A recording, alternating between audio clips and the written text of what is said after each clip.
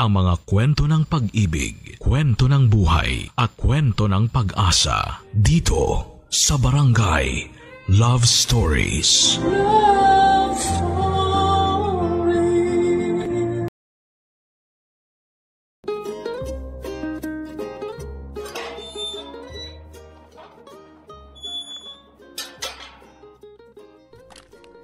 Hoy!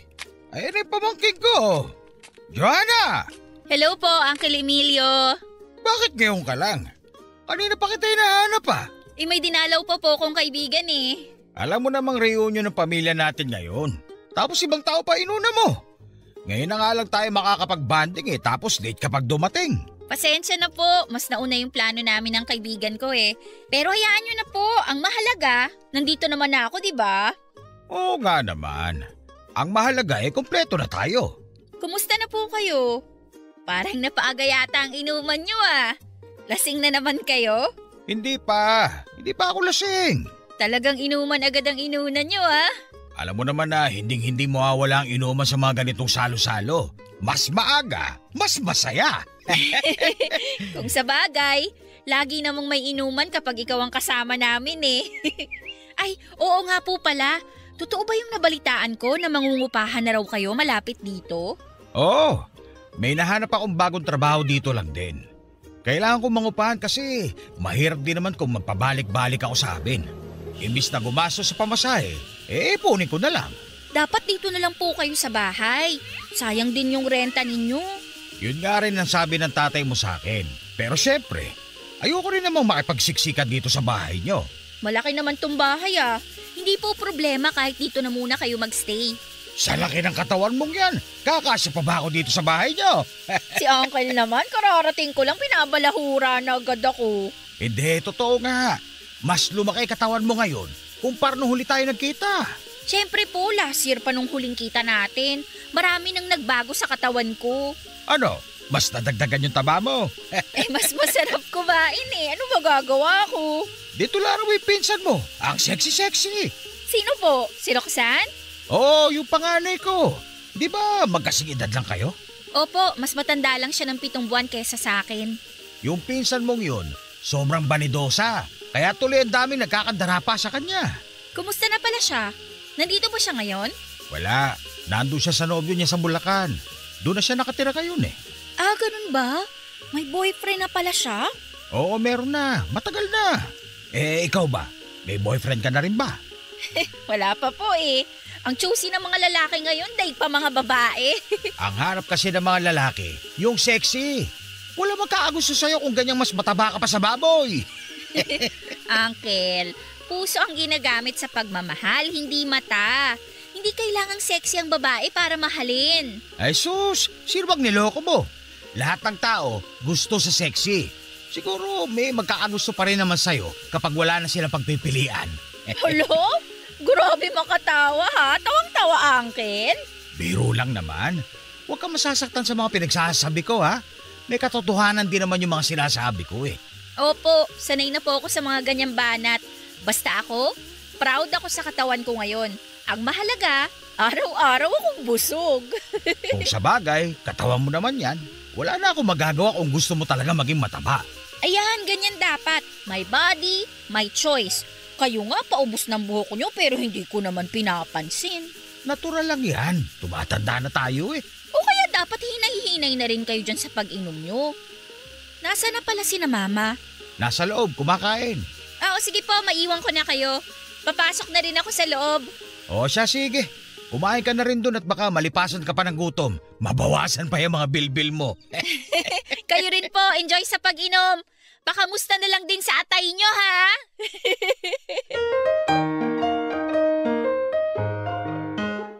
Hindi na uubra sa akin kahit ano pa ang itawag nila sa katawan ko. Sa katunayan ay na-enjoy ko pa nga ang pagiging mataba ko dahil marami ang napapalingon sa akin sa tuwing nakikita ako ng tao. Pakiramdam ko ay para kong artista na pinagtitinginan ng mga tao. Sa halip na mahiya ay niyakap ko ang tingin na yon na siyang nag-boost palalo ng confidence ko. Katawan ko ang naging patunay kung gaano ako ka-successful sa buhay noon. Ibig lang sabihin ng pagiging mataba ko ay hindi ako napapabayaan mula pagkabata. Nakakakain ako ng mga bagay na gusto kong kainin. Anytime ay pwede kong lutuin ang mga pagkain na maisip kong kainin. Sa katunayan, punong-puno nga ang ref namin ng iba't ibang ingredients. Pwede kong magluto ng pasta anumang oras. Pwede akong mag-bake ng cake kung gugustuhin ko. Ako ang gumagawa ng sarili kong kape. Kapag nag-crave ako ng leche flan ay pwede akong gumawa ng sarili ko kahit sa kalagitnaan pa ito ng gabi. Pero sa kabila ng pagtanggap ko sa sarili kong katawan, ay hindi pa rin talaga maiiwasan ang diskriminasyon sa mga katulad kong matataba. Aaminin ko, Papa Dudut, na maraming struggle ang pinagdadaanan ng mga taong malalaki ang katawan na katulad ko. Una na rito ay ang transportasyon. Hirap na hirap akong mag-book ng motorcycle taxi dahil minsan kinakancel nila ang booking ko kapag nakikita nilang malaki ang katawan ko. Takot din sila na baka masyado akong mabigat para sa motor nila. Minsan ay hirap silang mag-drive dahil may kabigatan ako. Mahirap din makipagsiksikan sa mga public transportation dahil nga sa sobrang lapad ko. At yon ang lagi kong nakukwento sa kaibigan kong si Remy. Oh my gosh, magko-concert sila rito. Ha? Ano yun? Wala. Yung favorite K-pop group ko. May concert pala dito sa Pinas next month. Shucks! Max out na yata yung credit card ko. Paano ako makakabili ng ticket niyan? Ang laki ng problema First time lang kasi nilang mag-concert dito. Kailangan kong makakuha ng ticket para makita ko sila in person. Crush na crush ko kaya yung leader nila. Ayan, diyan ka magaling Sa mga Koreanong singputi ng singkamas. Hayaan mo na ako. Dito nga lang ako sumasaya Mabalik tayo sa kinakwento mo kanina. So ano nga nangyari dun sa reunion nyo? Ayun nga. Ang highlight na naman ng buong ganap, yung katabaan ko syempre. Bidang-bida na naman ang ate mo. Kesyo mas tumaba raw ako ngayon kaysa nung huling kita nila sa akin. Kaya raw ako nananatiling single kasi natatakot daw yung mga lalaki sa sobrang laki ng katawan ko. Grabe naman yung mga kamag-anak mong yan. Ganun talaga kapag matatanda. Medyo naiwan yung kaisipan nila sa panahon nila. Di nila alam yung mga matataba ngayon, mas pogi pa ang jowa nila kaysa sa mga sexy dyan. Ang tanong, meron ka ba nun? Wala pa akong jowa. Pero hindi naman ako nagmamadali. Darating din yan. Aminin mo, apektado ka sa mga pinagsasasabi nila. At bakit naman ako magpapaapekto? Kasi may point naman sila. Isa ka rin Medyo may pagka-boomer din yung pag-iisip mo Hindi, ang ibig kong sabihin, totoo naman na wala ka pang jowa hanggang ngayon. Hindi ko naman kailangan ng jowa ngayon. Masaya ako kahit wala akong boyfriend. Or wala lang talagang choice kasi wala naman nagpaparamdam sa'yo. Grabe ka ha? Kaibigan ba talaga kita? Oo naman. At gusto ko na maging masaya ka rin. Masaya ako. FYI. Hindi magiging lalaki ang source of happiness ko at never mangyayari yon. Nasasabi mo lang yan kasi wala ka pa nagugustuhan. Pero alam mo, maganda rin naman na patunayan mo sa mga bashers mo na kahit mataba ka, kayang-kaya mong makahanap ng lalaking magmamahal sa'yo. Hindi ko kailangan ng validation ng ibang tao. Magkakajowa ako kung kailan nakatakda akong magkajowa. Hindi ko ipipilit ang wala pa. Okay, sabi mo Hindi ko kinakahiya ang pagiging mataba ko. Alam mo, yung pagiging sexy ng isang tao, hindi naman nakabase sa pangangatawan natin Nakabase yan sa kung gaano ka-confident ang isang tao. At ako, confident ako sa mga taba ko. Di good for you. Yun naman din ang maganda sa'yo Keber kung pagtawanan ka ng iba, ang mahalaga masaya ka. Tama. Pero ang nakakainis lang, bakit kailangan pagtawanan ng taong matataba? Bakit yung mga payat hindi naman ginaganon? Double standards Kapag kaming matataba, kailangan bayaran yung ekstrang upuan kasi masyado kaming malaki. Pero yung mga payat ba, kalahati lang ba yung bayad kasi maliit lang yung space na nagagamit nila sa pagkukommute? Hindi naman, di ba? Aba, malay ko dyan. Bakit akong tinatanong mo dyan hindi naman ako nagpauso niyan? Ayun nga ang punto ko. Ang lala ng discrimination sa mga matataba, pare-pareho lang din naman tayong tao. O akala ko ba hindi ka apektado? Hindi nga ako apektado. Naaawa lang ako sa ibang katulad ko na nabubuli dahil sa pagiging mataba nila. Hindi talaga natin maiiwasan yan kasi maraming tao ang walang modo at puro kasamaan ang pinapairal. Ay, sana mawala na yung ganong klaseng diskriminasyon sa mga susunod na henerasyon. Umaasa ako sa mga kabataan na pagdating ng panahon, hindi na issue sa kanila yung matabaman o payatang isang tao. Sana nga. Papadudot, hindi na ako apektado sa bawat katatawanang ginagawa nila sa timbang ko. Wala na akong pakialam kahit na anuman ang sabihin nila tungkol sa akin dahil hindi naman sila ang nagpapakain sa akin. Masaya na ako sa mga bagay na meron ako noon. May struggle man ng konti pero nalalampasan ko naman ito araw-araw. Ang mahalaga ay buwan-buwan akong sumasahod at nasusuportahan ko ang pamilya ko dahil isa akong matinong tao. Nababayaran ko ang bills ko on time at nagagawa ko pang mag-ipon ng pera. Wala akong bisyo.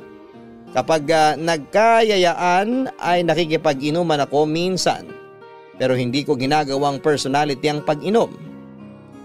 Hindi rin ako mahilig sa sugal. Hindi ako mahilig sa online shopping. Ang kinakaadikan ko lang noon ay ang pagbili ng merch ng paborito kong K-pop group at nagpupunta ako sa mga concerts nila. Kung tutuusin ay napakasimple lang ng buhay ko. Buong hapon akong nagtatrabaho sa malamig na opisina at pagka-uwi ay nagagawa ko pa rin ang mga bagay na kinakasaya ko. After work kasi ay nagkakaroon pa ako ng time para gawin ang mga hobbies ko katulad na lamang ng panonood, pagbabasa at pagluluto. Minsan kapag weekends ay lumalabas din ako kasama ang mga kaibigan ko. Itinitreat ko rin sa labas ang pamilya ko. Masaya na ako noon dahil tinatamasa ko ang buhay na ninanais ko. Wala kang mahahanap na stress sa buhay ko dahil payapa na ito. Hanggang sa isang araw ay biglang nagbago ang pananaw kong yon dahil sa isang tao. Hindi ko po kasi inaasahan at bigla na lamang titibok ang puso ko sa isang lalaking bigla na lamang dumating sa aking buhay. Nagsimula ang pagbabago sa buhay ko noong makilala ko si Dennis. Una kaming nagkita sa isang gathering noong nagkaroon ng despedida party ang isa sa mga katrabaho ko dahil magmamigrate na sila noon sa Canada. Inimbitahan niya ang iba't ibang circle of friends niya. At doon ko mismo unang nasulyapan si Dennis. Ang first impression ko sa kanya noong una na makita ko siya ay sobrang cute niya, papadudot. Malinis siyang tingnan at kahit nasa malayo ay parang napakabango niya. Boy next door ang datingan niya. Maganda ang tindig at kalkulado ang bawat galaw nito. Sa buong party tahimik lamang siya. Man of few words, ika nga. Kung hindi mo siya lalapitan para kausapin ay hindi ka rin niya kakausapin. Medyo mahihain man siya sa simula pero kapag nakilala ka na niya ay unti-unti rin siyang mag-o-open sa'yo. Dahil likas na sa ugali ko ang maging life of the party ay hindi nakaligtas sa akin si Dennis. Kinausap at in-entertain ko siya buong gabi at nakita ko magaan din naman pala siyang kasama. Hindi ko siya hinayaang ma-out of place. Lagi ko siyang isinasama sa usapan, sa katuwaan. At sa tingin ko ay nagustuhan naman niya ang naging gesture kong yon. Pagkatapos ng party ay nagkayaan pa kaming lumabas kasamang ilang kaibigan para ituloy ang pagsasaya. Nagpunta kami sa isang bar para mag-chill. At doon ay mas nakilala pa namin ni Dennis ang isa't isa. Hindi nga. Naging model ka rin? Matagal na yon. 16 o 17 years old lang yata ako nun. Saan naman? Anong klaseng modeling yung ginawa mo? Ano? Rumampa ka ba? Print? TV commercial? Commercial model. Isang beses lang yon tapos hindi na nasundan. Ah, so nakita ka sa TV? Oo, nakita. Pero saglit lang, mga 10 seconds lang siguro. Uy, anong commercial naman yun? Soft drink commercial siya, pero baka hindi mo na naaalala yung pangalan. Hindi pumutok yung brand hindi sumikat. Tumigil na rin yata sila sa production kasi di ko na nakikita yung soft drink brand na yun sa mga store. O tapos, paano ka naman napunta sa advertising? Pakiramdam ko doon na talaga ako papunta eh. Communications kasi tinapos ko tapos may ad agency na nakakita doon sa ginawa kong commercial. Nag-offer sila sa akin ng trabaho. Tumagal ako sa kanila ng 4 years bago ko naisipang mag-freelance. Hanggang ngayon, freelance ka pa rin? Hindi na. May sarili na kaming agency ngayon kasama yung mga kaibigan ko. Naisip namin bumuo ng sarili naming company kasi why not, di ba? Oo, okay. Ang galing naman, may sarili ka na palang kumpanya. Maliit na company lang naman yon pero kahit papano may suki na kaming clients. Ikaw naman, bakit mo napili magtrabaho sa gobyerno? Parang biglaan din siya actually. After graduation, naisip kong mag-take ng civil service exam. Tapos since may backer naman ako, yung tita ko kasi nagtatrabaho sa City Hall. Naipasok niya ako. So since then, sa government ka na talaga? Oo, gano'n na nga. Hanggang ngayon sa City Hall pa rin ako nagtatrabaho. Balita ko, masusungit government employees. Totoo ba yun? Uy, hindi naman lahat. May mga stricto talaga. Pero karaniwan, yung mga thunders na yun. Ako, personally, mabait ako sa mga tao. After all, silang nagpapasahod sa amin. Ano nang plano mo ngayon? I mean, nakikita mo ba yung sarili mo na tumanda na lang as a government employee or may ibang goal ka pa na gustong gawin? Sa ngayon? Wala na. Okay na ako sa trabaho ko ngayon. Stable na yung buhay ko eh. Kaya ba't pa ako maghahanap ng iba kung okay naman na ako sa trabaho ko? Sabagay, may point ka naman. Ikaw ba? May iba ka pa bang gustong gawin? Parang gusto kong mag-aral ng law. Law? Bakit naman law? Parang alayo naman yata dun sa inaral mo at sa profession mo ngayon. Ewan ko nga, hindi ko maintindihan eh. Recently, bigla na lang ako nagkaroon ng interest sa batas. Kasalanan to ng mga crime series at courtroom drama na pinapanood ko ngayon eh. Uy, i-push mo yan. Why not, diba? Tsaka mukhang bata ka pa naman eh. May trabaho ka naman, kaya kayang-kaya mong i-pursue kung ano man ang gusto mong gawin. Wishful thinking lang naman yon. Feeling ko, hindi rin ako makakapag-commit doon. Masyadong madugo ang law eh. Oras at panahon ng kalaban. Pero bakit hindi mo itry? At least wala kang pagsisisihan kung sakali. Tingnan natin. Depende kung kaya ko na bang iasa sa mga kasama ko yung ad agency namin. Kapag naramdaman kong pwede na, baka ituloy ko yung plano kong mag-law. Good luck. Matanong ko pala, ilang taong ka na? 27. O talaga? Magkaedad lang pala tayo. Talaga? 27 ka rin? Oo, Gemini ako, June 1. Ako naman Capricorn. Pasko ako pinanganak eh. Wow, magka-birthday pala kayo ni Jesus ha. Kaya siguro pinagpala ka. Ang saya siguro ng birthday mo, no? Kasabay mo mag-celebrate lahat ng tao. Kaya nga eh. Parang kailangan ko na yatang umuwi. Medyo gabi na. May lakad pa ako bukas. Teka, anong oras na ba? 11 na. Maiwan ko na kayo ha. Mauna na ako umuwi. Okay. Sige. Halika, magpaalam ka na muna sa mga kasama natin.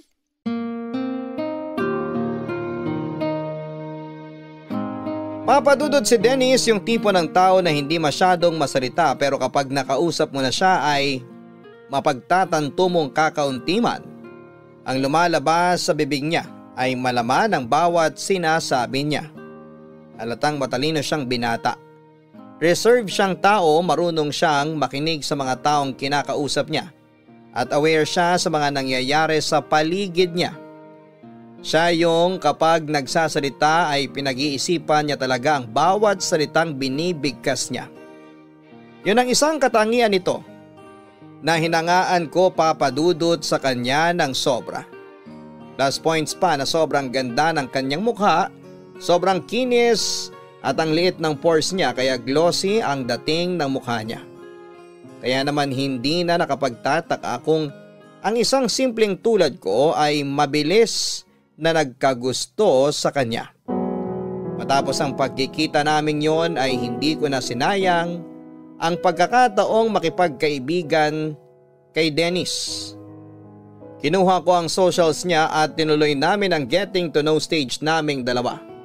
Approachable namang tao si Dennis, papadudot.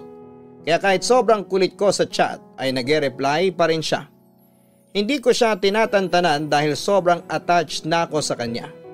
kahit na maikling panahon pa lamang kaming nagkakakilala. Simula noon tuwing lumalabas kami ng mga kaibigan ko ay lagi ko siyang inaaya. Kapag hindi siya busy ay sumasama naman siya sa amin at ang nakakatuwa may pagkakataon din noon na siya rin ang nag-i-invite sa akin na lumabas kasama naman ang sarili niyang circle of friends, Papa Dudut. Medyo marupok man ang datingan ko noon ay hindi ko na talaga napigilan ng puso kong ibigin si Dennis. At alam yon ng kaibigan kong si Remy. Remy, may tanong ako. Oh, ano yun? Anong masasabi mo tungkol kay Dennis? Dennis Trillo? Hindi, si Dennis! Sino nga? Sinong Dennis ba yun? Yung nakasama nating lumabas pagkatapos ng despedida ni Catherine? Ah, yung cute na matangkad. Oo, yun nga. Ano namang meron sa kanya? Curious lang ako kung anong impression mo sa kanya. Ano namang sasabihin ko tungkol sa kanya hindi naman kami close? Gusto ko lang malaman kung ano ba yung na-feel mo nung nagkita kayo. Bad vibes ba? May good aura ba siya? Ano? Wala naman. Ano siya? Pogi. Mukhang mayaman. Mahiyain nga lang. Hindi nga ata kami nagkausap nung nagkasama tayo eh. Parang medyo suplado siya. Hindi gaanong approachable kasi may sarili siyang bubble. Di naman siya suplado. Masaya nga siyang kausap eh. Pero tama ka, medyo may pagkamahiyain nga siya. Bakit mo naman siya natanong? Ano bang meron? Type mo ba siya? Magkausap kami ngayon sa chat. Ay talaga? At ano naman pinag-uusapan niyo sa chat? Wala naman. Anything under the sun. Hangang-hanga nga ako sa talino ng lalaking yun eh. Ang dami niyang alam sa buhay. Type mo no? To be fair, cute naman talaga siya. Kaya hindi naman siguro maiiwasan na magkagusto ko sa kanya. Ay sis, kaya naman pala biglang-bigla nagtatanong. Tsaka kahit wag mo nang rasunan yung pagkagusto mo kay Dennis kasi totoo naman na pogi talaga yung tao. Pero ang tanong, wala bang jowa yan? Baka mamaya naglalandian kayo dyan tapos may girlfriend na pala siya.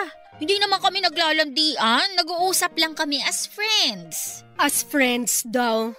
Doon din lang naman punta nun eh. Hindi, wala talaga. Alam mo, hindi magsasayang ang isang lalaki ng oras sa babaeng hindi naman niya gusto. May mga tinatawag namang platonic friendship eh. As in walang mali siya. Friends lang talaga. So sinasabi mo, gusto mong hanggang platonic lang kayong dalawa ni Dennis? Syempre hindi. Yun naman pala eh. Ayoko lang namang mag-ilusyon. Baka mamaya kapag inisip ko yun, umasa tong puso ko. Tapos ano, ako rin ang masasaktan sa huli? Ay nako, sinasabi ko sa'yo, kapag kinakausap ka, may ibig sabihin na yun. Ang lalaki, madali lang maburyo yan, kaya hindi magsasayang yan ng oras. At saka hindi naman kayo as in friends talaga eh. Kailan lang naman kayo nagkakilala?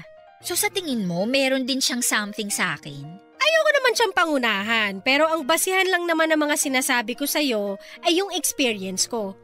Parang bubuyog ang mga lalaki na lalapit sa bulaklak na gusto nila. Kung sa bagay, may punto nga yung sinasabi mo.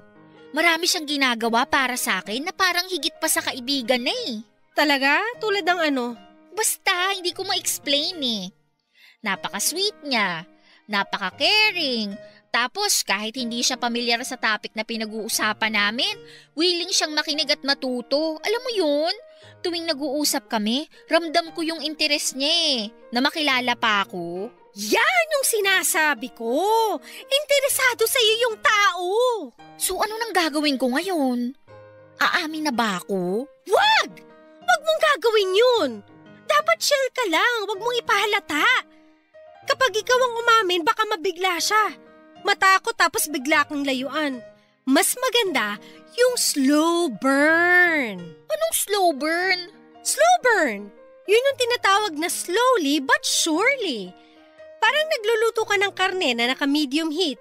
Matagal ang proseso pero at least alam mong naluluto siya ng maayos. Kapag minadali mo kasi, masusunog na yung labas tapos hilaw pa yung loob. Ganon din sa pakikipagrelasyon, wag dapat minamadali. So hahayaan ko na lang muna? Ganon nga. Hayaan mo dumating na lang yung araw na sure na talaga yung feelings nyo sa isa't isa. Tsaka doon na kayo magkakaaminan. Okay, sige. Tama ka. Low-key na lang muna ako ngayon. Tama yan! Gentleman na tao si Dennis. Sobrang affectionate na mga gestures niya sa akin. At kahit sino mang tao ay talagang bibigyan ng mali siya ang bawat ginagawa nito. Lalo na po sa akin na may pagka-assuming at marupok. May time nga noon na nagpadala pa siya ng bulaklak noong Valentine's Day. First time ko lang makatanggap ng ganong klase ng regalo sa Valentine's kasi never naman akong nagka-boyfriend. Tuwing lumalabas kami noon, lagi siyang nagtatanong sa akin kung nakauwi ba ako ng safe. May oras din noon na out of the blue ay bigla na lamang siyang nangumusta. Minsan kapag kinakailangan ko ng makakausap ay lagi siyang nagbibigay ng oras para sa akin. Siyang tagapayo ko sa mga desisyon na hindi ko magawa dahil napaka-insightful niyang tao. Siya na naging comfort ko kapag sobrang down na down ako sa buhay. Mas sa kanya na nga ako lumalapit noon kesa kay Remy Papadudot. Hindi ko alam kung dahil bias lang ako sa kanya. Pero kumpara kasi kay Remy ay mas naiintindihan ako ni Dennis. Tandang-tanda ko pa. Bawat stories ko noon sa Facebook ay laging nag-heart react si Dennis. Kilig na kilig ako noon kaya inaaraw-araw ko ang paglagay ng story sa Facebook ko. Na ginawa ko ng diary. May mga kwentuhan din kami noon tungkol sa buhay-buhay na inaabot pa kami ng madaling araw.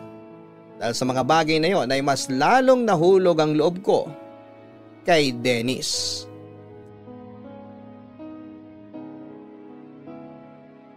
Ilang buwan na nagpatuloy ang magandang ugnayan namin ni Dennis. Sa pagtagal ng panahon ay mas lalo pa naming nakilala ang isa't isa sa puntong sobrang komportable na naming dalawa. At kayang-kaya na naming mag-share ng sekreto sa bawat isa. May mga pagkakataon noon na nagpapasaring na ako kay Dennis tungkol sa mga nararamdaman ko sa kanya. Kaso hindi ko alam kung napipick up ba niya ito. At nagkukunwari lang siyang walang alam o manhid lang talaga siya at hindi niya pansin ang pagkakagusto ko sa kanya. Nasa punto na kami noon na binibiro ko na siya na gusto ko siyang jowain at minsan ay nakikiride naman si Dennis sa mga biro kong yon. Pero kapag napupunta na sa seryosohan ang usapan ay bigla siyang umuurong. Ganon pa man ay wala pa ring nagbago sa pakikitungo niya sa akin. Nandun pa rin ang concern niya sa akin na para bang may something talaga. Kaya naman ang ginawa ko ay sinunod ko na lamang ang advice sa akin ng mga kaibigan ko noon na umamin na kay Dennis para hindi na ako mapagod sa pagtatanong at pag-a-assume. Ako na mismo ang nag-first move sa kanya, Papadudot. Inaya ko si Dennis na lumabas isang araw nang dalawa lamang kami. Doon ay inamin ko na sa kanya kung ano ang nararamdaman ng puso ko. Uy, salamat pala na pinaunlakan mo tong invite ko sa'yo kahit biglaan ha. Oo naman. Sakto nga tong aya mo kasi matagal na rin akong hindi nakakalabas ng bahay. Talaga? Bakit naman? Busy kasi kami ngayon sa bago naming client. Opening na nila 2 months from now kaya nagpaplano na kami kung paano namin ipopromote yung business nila. Anong klaseng business ba yun? Bagong aesthetic clinic tapos nasabay pa yung isang event naman ng dati naming client.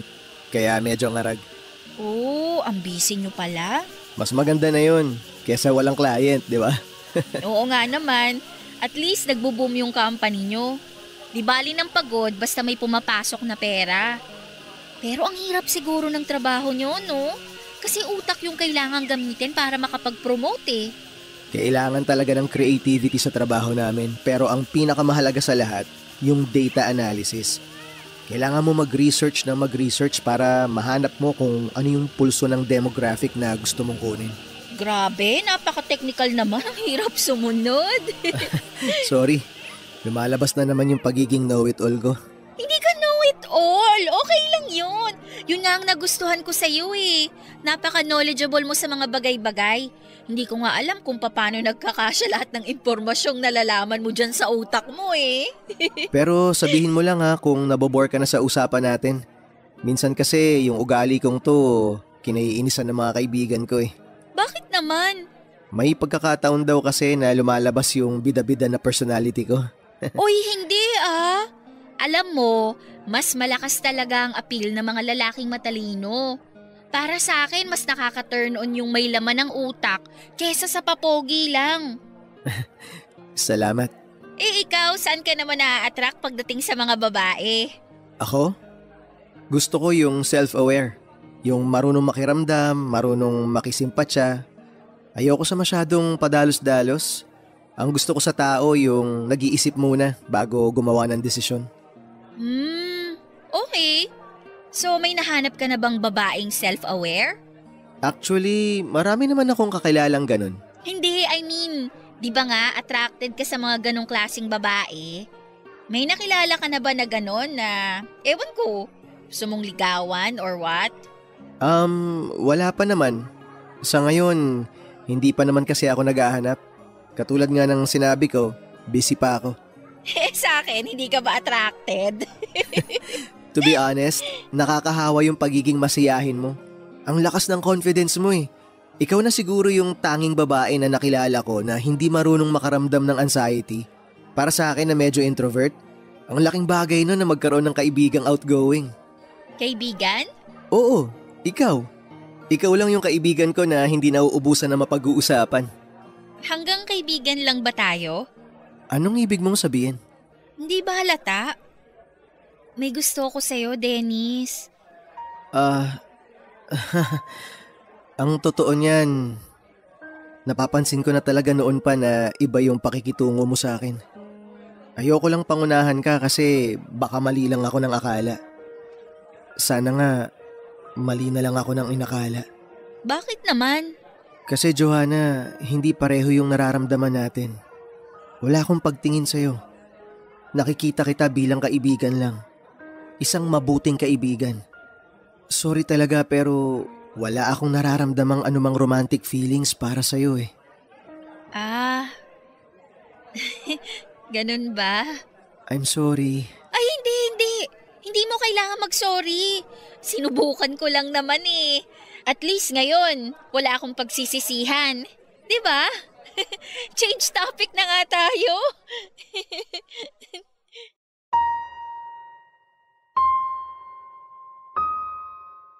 Masakit ma-reject, Papa Dudut. Pero tinanggap ko yon na parang MVP sa harapan ni Dennis. Hindi ko ipinakita na nasaktan ako. Hindi ko pinaramdam sa kanya na kailangan niyang maawa sa akin dahil lang hindi niya ako gusto. Tinapos ko ang date namin ng mabigat ang dibdib. Nung nakauwi ako ay saka na lamang lumabas sa mga emosyong kinikimkim ko. Masyado ko nag-expect sa isang bagay na imposible pa lang mangyari. Bigla akong naawa sa sarili ko dahil para kong tanga. Na umasang magkakaroon din ng pagtingin sa akin si Dennis.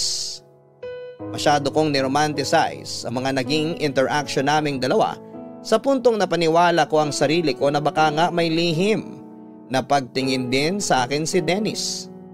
Yun pala lahat ng gestures niya ay bilang kaibigan lamang. Hiyang-hiya ko sa ginawa kong yon para tuloy napaka-desperada kong tao dahil ako pa mismo ang umamin sa lalaking minamahal ko. Mabuti na lamang at kahit ipinahiya ko ang sarili ko, sa harap ni Dennis ay hindi pa rin nagbago ang pakikitungo niya sa akin. Nagpatuloy pa rin ang interaction namin na parang walang nangyari. Thankful ako doon na hindi na muling inungkat pa ni Dennis ang ginawa kong confession sa kanya. Papa Dudut, gusto ko mang magalit kay Dennis ay hindi ko magawang magalit sa kanya dahil hindi naman niya kasalanan na hindi niya ako nagustuhan pabalik. Mabuti nga yun na maaga niya ako nireject nang sa ganon ay hindi na ako patuloy na umaasa at nag-iilusyon pa sa kanya. Kung pagkakaibigan lang ang gusto mula sa akin ni Dennis ay yun muna ang ibibigay ko sa kanya. Pero ganun pa man ay hindi pa rin ako nawala ng pag-aasa na balang araw ay mapapaibig ko rin si Dennis.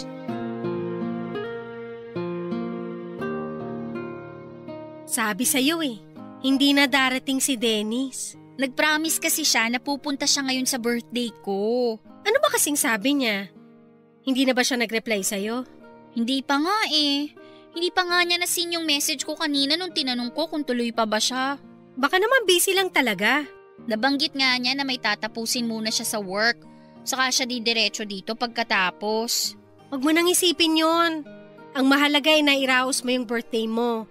Saka girl, birthday mo ngayon. Dapat masaya ka, hindi malungkot. Hindi kaya iniiwasan niya ako? Dahil na-awkward na siya simula nung umamin ako sa kanya? Pwede rin, pero sabi mo nga, nag-uusap pa rin naman kayo, di ba? Kahit na ganun yung nangyari. Baka busy lang talaga yung tao kaya hindi siya nakarating. Siguro nga. Bakit ba hinahayaan mong sirain ng isang tao yung araw mo? Hanggang ngayon ba umaasa ka pa rin na magugustuhan ka pabalik ni Dennis? Hindi. Malinaw na sa akin yung sinabi ni Dennis na nakikita niya lang ako as a friend. Malabong magkagusto siya sa akin. Yun naman pala So bakit siya pa rin ang inaalala mo ngayon? Si Ella nga na kaibigan din natin. Hindi rin nakarating pero hindi ka naman dismayado sa kanya. Siyempre, iba si Ella. Kasi si Dennis mahal mo. Ay, naku Johanna, sinasabi ko sa'yo, bumitaw ka na hanggat maaga pa. Kaya ka nga ni-reject agad para makapag-move on ka na kaagad. Alam niyo!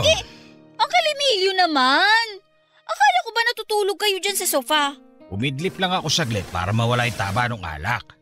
Babalik din ako sa inuman mamaya. Maaga akong nalasing Narinig ko pala yung usapan nyo nitong si Remy. Medyo malakas boses nyo Sisingit lang ako, pwede ba? May gusto sana ako sabihin. Sige po, ano yun? Mabuti pa nga po na kayo na magbigay ng advice dito kay Johanna para matauhan siya. Umamin ka sa lalaking hindi ka gusto, tama ba? Opo. Tapos inimbitahan mo siya ngayong birthday mo pero hindi siya sumipot. Opo, ganun na nga po. Alam mo kung bakit hindi siya sumipot? Bakit po? Kasi ayaw niya sa'yo. Alam ko po. Yun nga po yung pinag-uusapan namin ni Remy Pero alam mo ba kung bakit ayaw niya sa'yo? Kung bakit hindi ka niya magawang gustuhin? Bakit po? Kasi ang laki mong tao. Walang magkakagusto sa babaeng mas malaki pa ang katawan kaysa sa lalaki. Grabe naman po kayo kay Johanna. Abay, nagsasabi lang naman ako ng totoo. Huwag niyo sanang masamain to sinasabi ko. Hindi naman po ganun kababaw si Dennis para ibase sa panlabas na katangian yung pagmamahal niya. Kung ako sa'yo, magpapayat ka, magpa-sexy ka. Pagandahin mo yung katawan mo para magustuhan ka ng taong gusto mo. Tingnan mo, kapag nakita kang sexy nung Dennis na yon, magkakandara pa siya sa'yo. Ay, basta para sa akin kalimutan mo na si Dennis. Makakahanap ka rin ng lalaki magkakagusto sa'yo kesyo mataba ka man o hindi. Ang akin lang naman, mas madali ka makakahanap ng boyfriend kapag maganda ang pangangatawan mo. Tignan mo na lang yung anak ko. Ang tagal na nila ng boyfriend niya. Uncle, Remy, maraming salamat sa mga payo ninyo. Pero matanda na ako. Alam ko na kung anong gagawin ko sa sarili ko. Hindi na ako bata para pagsabihan nyo. Huwag kayong mag-alala. Hindi ko naman hahayaang masaktan tong sarili ko Yun lang naman ang gusto kong sabihin. Salamat po sa advice nyo. Bumalik na po kayo dun sa inuman nyo. 2 case ng beer yung binili ko sa inyo. Sayang kung hindi nyo mauubos yun. O siya, sige. Maiwan ko na kayong dalawa. Sige po, pakalasing kayo! For the first time ay nasaktan ako sa mga narinig ko mula kay Uncle Emilio. May kurot ang mga sinabi nito dahil napagtanto ko na baka totoo nga ang kaya hindi nagkagusto sa akin si Dennis ay dahil sa itsura ko. Mataba ako kaya hindi niya ako nakikita bilang girlfriend material. Kung sabagay, taong gym si Dennis. Halata naman ito sa pagkakaroon niya ng magandang pangangatawan. Kung si Dennis ay puro abs at muscles ang nilalaman ng kanyang katawan. Ako naman ay puno ng bilbil hindi lang sa tiyan kundi maging sa mga braso ko, binti, leeg at pati na yata sa pisngi ko ay may bilbil na rin. Papadudod sa unang pagkakataon ay nakaramdam ako ng panliliit. Napakalaki kong tao pero nanliit ang damdamin ko nung na-realize kong ang katabaan ko ang maaaring rason kung bakit walang taong nagkakagusto sa akin pagdating sa pag-ibig. Nung araw ding yon ay bigla ako nagkaroon ng impulse decision. Naghanap ako ng gym na malapit sa amin at nagpa-member ako doon. Nag-request din ako ng isang coach na pwedeng tumutok sa akin sa plano kong pagpapapayat. Gusto ko nang alisin ang mga taba sa katawan ko noon dahil naisip ko na kung sexy na babae man ang hanap ni Dennis ay yon ang ibibigay ko sa kanya. Ganon kalala ang kagustuhan kong mahalin ako pabalik ni Dennis. At gagawin ko ang lahat para lang mapaibig ko siya, Papa Dudut.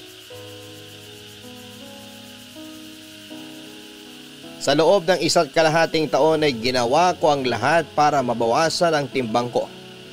Si Dennis ang naging motivation ko para alisin ang mga taba sa katawan ko. Nagpupunta ako noon sa gym 6 times a week. Pagkatapos ng trabaho ko sa opisina, ay agad akong dumidiretso sa gym at doon ay nagbababad ako ng 1 oras kasama ang coach ko na naging katuwang ko sa pag-workout. Kasabay ng araw-araw na pagpapapawi sa gym ay pinalitan ko rin ang meal plan ko. Umiwas ako sa mga pagkaing mataas sa sugar content. Hindi na rin ako kumakain ng mga mamantikang pagkain. Tinanggal ko rin ang carbs sa diet ko at mas nag-focus ako sa pag-reduce ng fats sa katawan ko. Kasabay ng mga panahong yon, ay naisipan kong wag na munang magpakita kay Dennis. Gusto ko siyang i-surprise, gusto ko na kapag nagkita ulit kami ay nag-glow up na ako. Patuloy pa rin naman ang komunikasyon namin noon, pero puro sa chat lang kami nakakapag-usap, Papa Dudut. Hindi naglaon, ang pagpupursige ko sa gym ay nagkaroon din ng resulta. Unti-unti ay nabawasan ang mga tabako sa katawan. Para kong lobo noon na nawala ng hangin at numipis dahil sa mabilis na pagkawala ng body fats ko. Ay naging lawlaw noon ang balat ko kaya kinailangan ko pang magpo-opera para maalis ang excess skin na naiwan sa katawan ko. Simula noong pumayat ako, lahat ng gastos ay ginawa ko para makuha ang body goal ko. At matapos ang mahabang panahon, kung kailan handa na ang buong katawan ko, ay muli akong nakipagkita kay Dennis nung nagkaroon ng salo-salo sa kasal ng kaibigan namin. Dennis! Hello! Johanna? Ako nga! Di mo ako namukhaan, no? Oo, hindi nga. Sabi ko, familiar yung mukha mo tapos na-realize ko, ikaw pala yan. Wow! Ang laki ng ipinagbago mo ha. Ano, maganda ba? Maganda ka naman kahit noon pa eh. Pero wow talaga. Kaya pala hindi ka masyado nagpaparamdam ha. Naging busy ka pala. Nag-focus muna ako sa sarili ko. Naisip ko na maganda rin naman palang mag-set ng bagong goal para sa sarili. Tulad nga ng sabi mo noon, di ba? Kaya ayun, naging goal kong magpapayat. Congrats! Anong klaseng pagpapapayat naman ang ginawa mo? Nag-diet ka? Nag-gym ka ba? Pareho. Nag-diet ako, gym, tapos malalang cardio. Kailan ka nagsimula? Mahigit 1 taon na rin. Talaga? Ang bilis naman pala ng improvement mo. Ang galing. Motivated ako eh. Ano naman naging motivation mo? Teka sandali, bakit mo pala naisipang magpapayat? Marami akong dahilan. Una, dahil sa discrimination ng mga tao sa matataba. Hindi naman sa hindi ako proud sa katawan ko noon, pero aminin natin, nadidiscriminate talaga ang mga matataba dahil sa katawan nila. Pangalawa, gusto kong maiba naman. Lumaki akong malaki ang katawan eh. Gusto ko namang maranasan ngayon kung paano ang buhay ng isang taong may magandang pangangatawan. Panghuli, dahil sa'yo. Sa akin? Bakit naman isa ako sa mga dahilan mo? Kasi naisip ko na kaya baka hindi mo ako nagustuhan dahil mataba ako. Johanna, hindi yun ang rason. Ano? Ano yung rason mo bakit ayaw mo sa akin? Hindi lang talaga tayo compatible. Masaya kang kasama at gusto kitang maging kaibigan. Pero hanggang dun lang talaga yun eh. Hanggang dun lang talaga tayo pwede. Bilang magkaibigan. Kahit ganito na itsura ko? Kahit sexy na ako, ayaw mo pa rin sa akin? Hindi naman kasi ako nakabase sa itsura ng isang tao eh. Kapag nagustuhan ka ng isang tao dahil sa itsura mo, Hindi pagmamahal ang tawag dun. Attraction yun. Ang pag-ibig, hindi parang namimili ka lang ng gulay sa palengke. Nabubuo yun sa pamamagitan ng samahan, ng koneksyon, ng pag-aalaga. Nabubuo yun sa pamamagitan ng emosyon. At hindi lang ng dahil sa nakikita ng mga mata mo. Mas nakabase yun sa nararamdaman ng puso mo. So wala pa rin talaga? Wala pa rin akong pag-asa sa'yo? Sorry talaga, Joanna. Ang totoo niyan, may nakilala na akong babae na nililigawan ko ngayon. Nung naging busy ka sa pagbabago mo sa buhay mo, may nakilala akong babae na nagustuhan ko. Grabe. Ang sakit palang ma-reject ng 2 beses, no?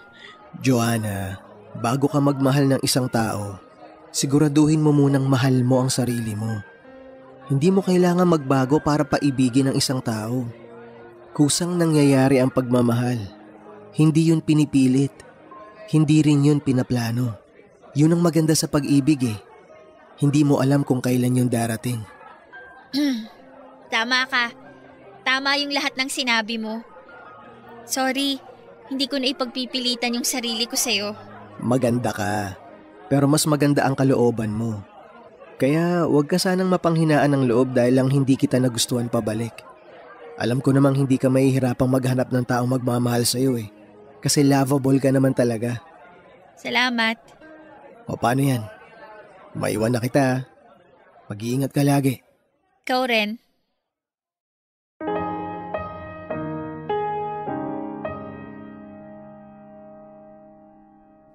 Papadudot masakit pala ang masampal ng katotohanan. Kahit anong gawin kong pagpapaganda, payat man ako o mataba ay hindi talaga ako gusto ni Dennis at yon ang totoo. Ang sakit lang sa puso na matapos ang pagod at hirap na ginawa ko para baguhin ang itsura ko ay nauwi lang pala ang lahat sa wala. Ang malala ay habang nasa kalagitnaan ako ng transformation ko ay may iba na palang tinitibok ang puso ni Dennis. Masyado akong nagpaniwala sa posibilidad na kapag gumanda na ang figure ko ay magkakagusto na sa akin si Dennis. Yun ang pinanghawakan ko para paasahin ang puso ko sa isang bagay na hindi rin pala mangyayari. Doon ko lang napagtanto na hindi talaga ako gusto ni Dennis at nahirapan akong tanggapin ang katotohanan yon. Ang ginawa ko para makalimutan siya ay mas lalo akong nagbabad sa gym. Inaraw-araw ko ang pagpunta doon at ang frustrations na nararamdaman ko ay ibinuhos ko sa pagbubuhat ng bakal. Maganda na ang pangangatawang ko noon pero mas ginusto ko pang mas pumayat pa. Pakiramdam ko noon ay hindi pa sapat ang katawan ko para sa iba kaya na-addict na ako sa pagpapapayat. Lumipas ang mga taon, nakalimutan ko rin naman si Dennis. Pero kalakip nito ay hindi ko namamalayan na noong mga panahong yun ay unti-unti na pala ako nagkakaroon ng body dysmorphic disorder o ang hindi ko pagtanggap sa sarili kong katawan. Kahit gaano pa ka-healthy at kaganda ang katawan ko, ay lagi ko pa rin itong nakikitaan ng mali. Tuwing tumitingin ako sa salamin ay hindi pa rin ako satisfied at proud sa resulta ng paghihirap ko. Dumating noon sa puntong takot na akong kumain ng marami dahil baka tumaba ulit ako.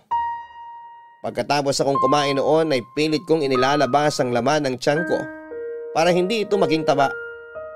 Napansin ni Remy ang problema ko. Lalo na nung nagsimula na akong mangayayat. Papadudot. Oh, Joanna, saan ka nang galing?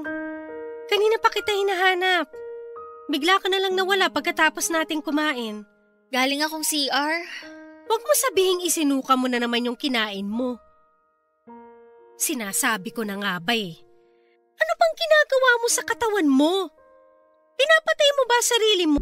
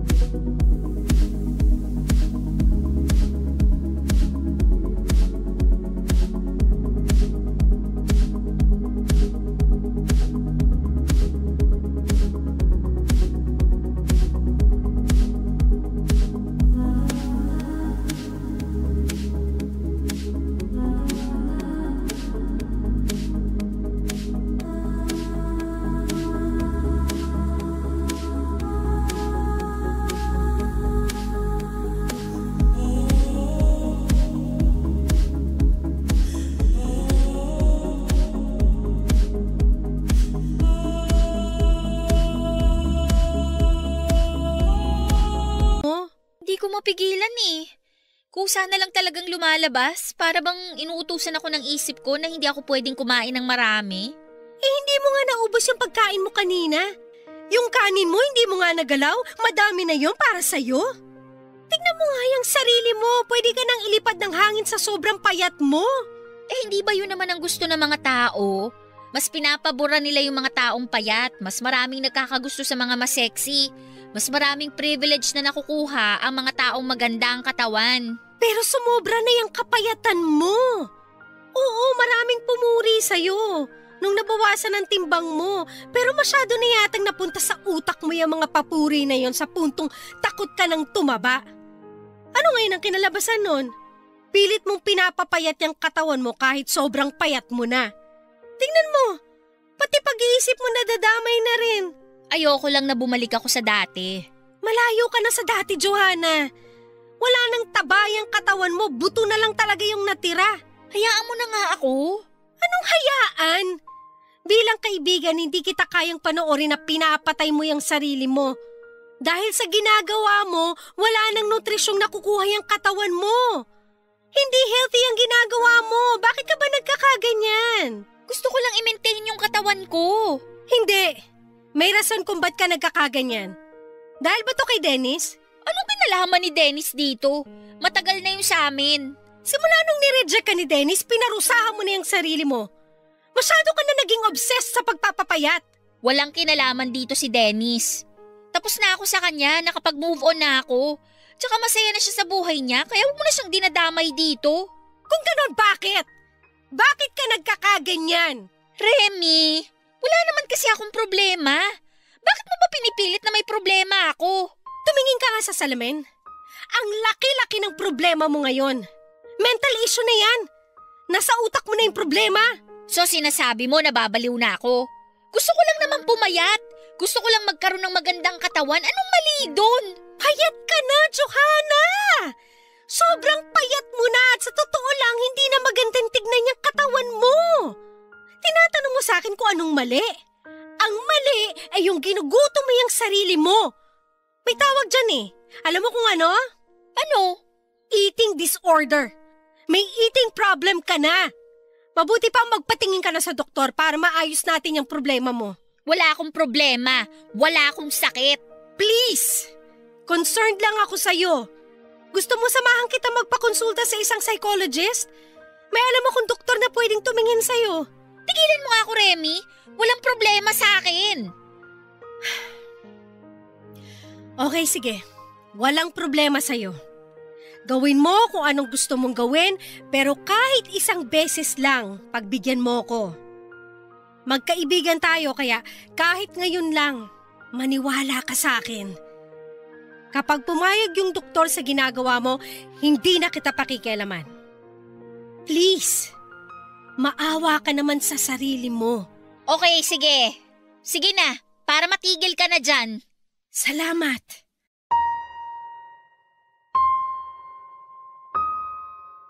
Naawa na rin ako sa sarili ko noon, Papa Dudut. Pero kahit na anong gawin ko ay ayaw na talagang pumasok ng pagkain sa katawan ko. Isip ang kalaban ko noon at napakahirap kalabanin nito. Dahil kahit na anong pilit mo ay katawan mo mismo ang sumusuko. Tuwing sinusubukan kong kumain ng marami ay sumasakit ang tiyan ko. Kaya napipilitan din akong ilabas ito. Kaya naman ang ginawa ko ay nagpasama ko kay Remy at nagpakonsulta kami sa espesyalista.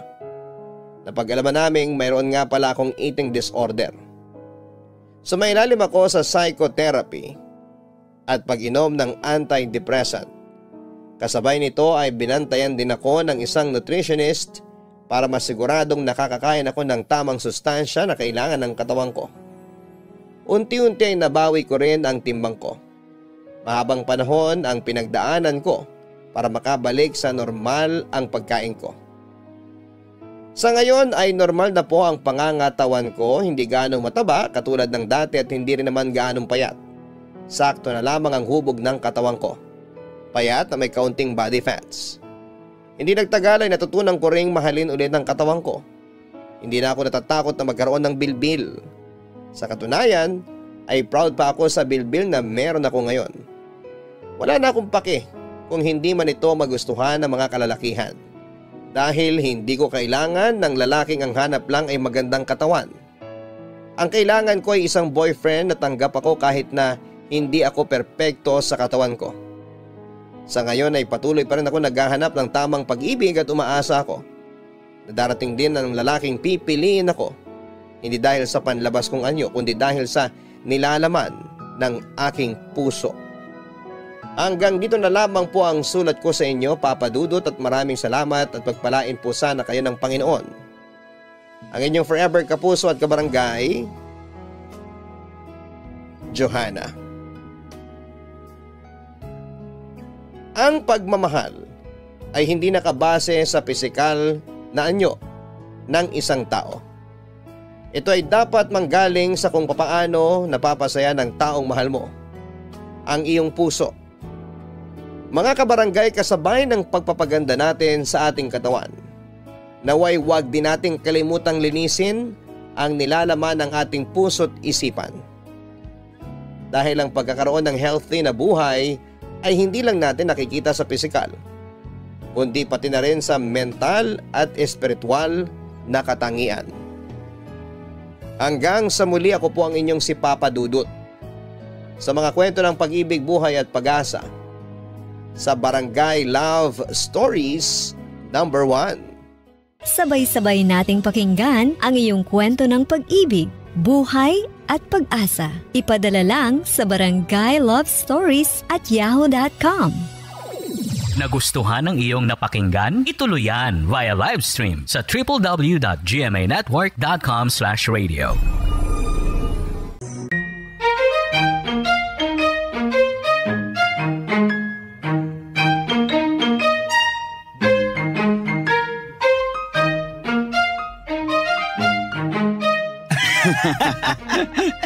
Ganun mo talaga kabilis na paniwala yung babaeng kasama mo kagabi?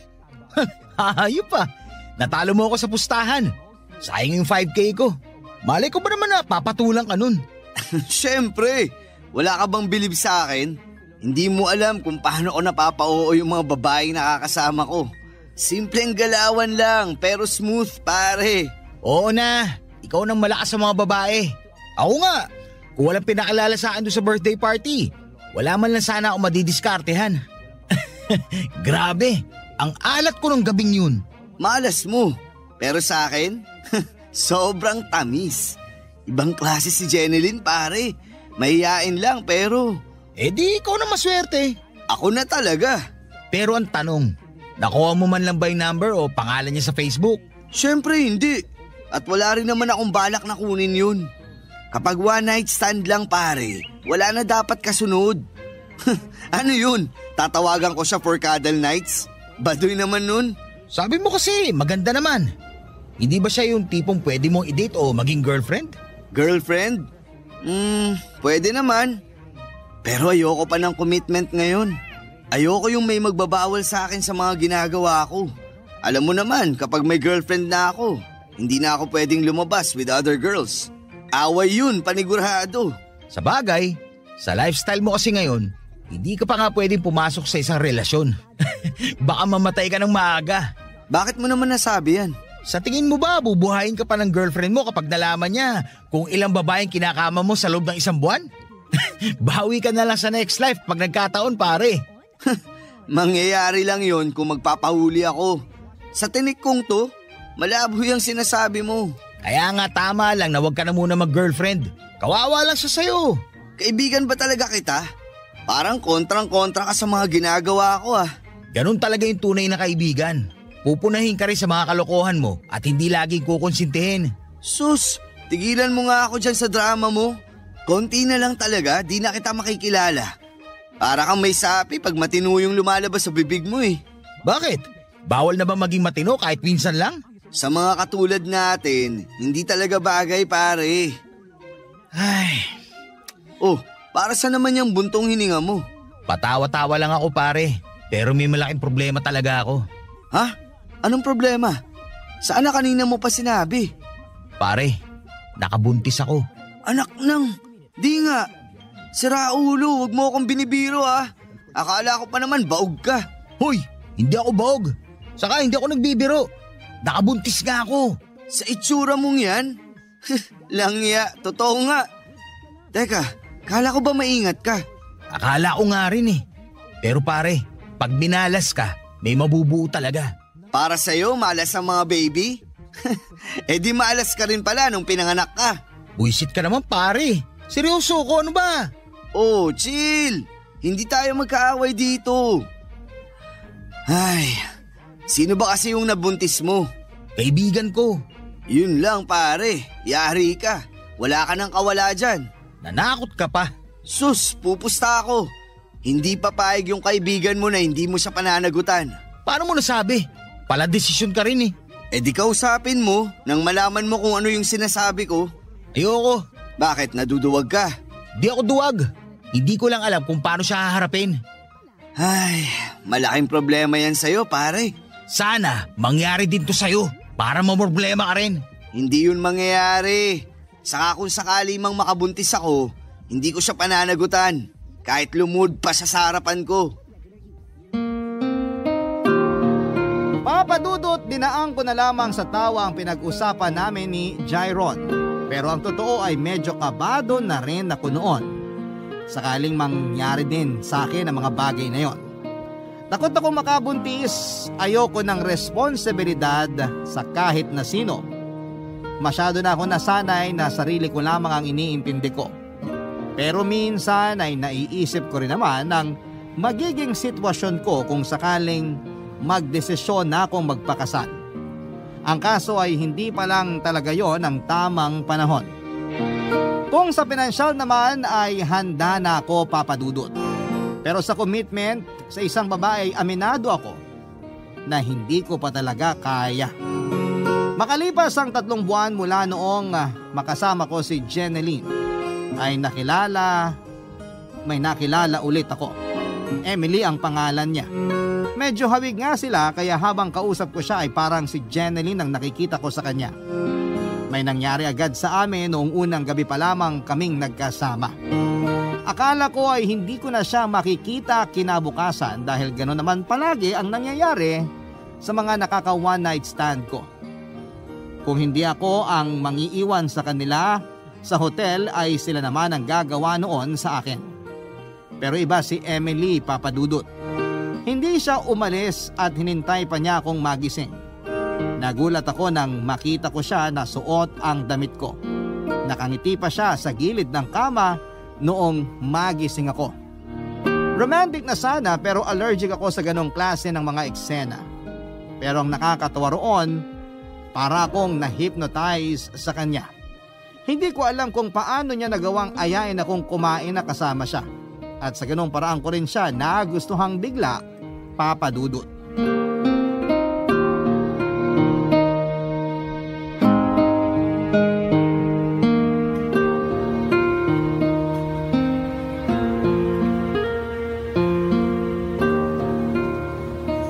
Bakit hindi mo ginagalaw yung pagkain mo? Hindi ka pa nagkakaning pag umaga? Hindi, kape lang. Ayos na ako. Ganun ba? Sorry ha. Kung alam ko lang hindi na sana ako nag-order. Hayaan mo na. Ako na lang magbabayad. Ha? Uy hindi, libre ko to. Tsaka kung hindi mo kakainin yung pagkain mo, akin na lang. Ako na lang ang kakain. Ikaw uubos nito? Sigurado ka ba? Siguradong sigurado. Kulang pa kaya sa akin tong in-order ko para sa sarili ko? Sorry kung ma-offend ka. Pero wala ka bang pagkain sa inyo? Anong klaseng tanong yan? Marami kaya akong pagkain sa bahay ko. Hindi ako nagugutuman kung yun ang iniisip mo. Malakas lang talaga akong kumain. Sorry, hindi lang talaga ako makapaniwala. Kasi hindi ka naman mataba. Medyo chubby lang. Ganyan nga yung mga gusto ko sa babae. Ayoko yung masyadong payat. Baka matinik ako. Grabe ka naman sa mga payat. Kung alam mo lang kung gaano rin nila kagustong tumaba pero hindi lang talaga kaya. Bakit alam mo? Kasi ganun ang kapatid ko. Kaya pala. Sorry sa nasabi ko. Ayos lang yun. Basta wag mo na lang uulitin kasi makakasakit ka talaga ng feelings. Honest lang talaga ako. Hindi naman porket honest ka, magiging insensitive ka na rin. Kakain ka pa ba o sasermonan mo na lang ako? Kakain pero... Kumain ka na. Wag na natin pag-usapan yung honesty ko. Kasi di ko rin naman yun ina-apply sa ibang bagay. In short, sinungaling ka. Minsan lang. Sinungaling ka pa rin. Sige na, oo na. Sana ganyan ka lagi. Laging ano? Yung lagi ka nakatawa. Nakikita ko kasi sa mga mata mo na may pinagdaraanan ka rin. Parang ako. Pero hindi kita tatanungin tungkol doon. Sigurado ako na ayaw mo rin namang pag-usapan. Tama. Ayoko nga pag-usapan. Ikaw, ayaw mo rin pag-usapan yung personal life mo? Ayoko, no? Pareho lang tayo. Nandito ako para huminga sa lahat, kaya ayokong dalhin pa yun dito. Gusto ko magpagpag ng stress, ng lungkot. Lahat. Gusto ko lang naman ng peace of mind at 5 million pesos. Seryoso ba yan? Siyempre. Pero imposible naman yung 5 million, di ba? Kahit sa akin, imposible rin yan eh. Anong oras ka nga pala uuwi? Hatid na kita. Sira ka ba? Hindi nga ako nagkwento sa'yo ng personal life ko tapos ihahatid mo ko? Eh di nalaman mo na address ko noon. Oo nga naman. Pero, pwede ko bang makuha number mo? Hindi rin. Sige na. O kaya kung ayaw mo ibigay, yung number ko na lang kunin mo. Sige. Thank you. Yun lang, nagpapasalamat ka na? Gusto kasi kita makita ulit. Sana makalabas tayo kapag free ka. Pag-iisipan ko, Von. Ay, parang ayoko pang umuwi ka eh. Bakit?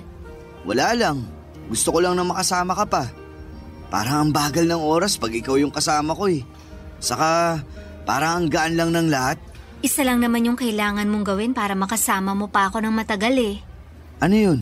Simple lang. Ligawan mo ko. Papadudot na gulat ako sa mga sinabing yon ni Emily. Mukhang mahiyain kasi siya kaya hindi ko inaasahan na sa kanya pa mismo manggagaling yon. Hindi ako nakasagot sa mga sinabi niya kaya dinaan na lamang niya yon sa pagbibiro. Nang matapos ang kwentuhan namin, parang bigla akong nakaramdam ng lungkot.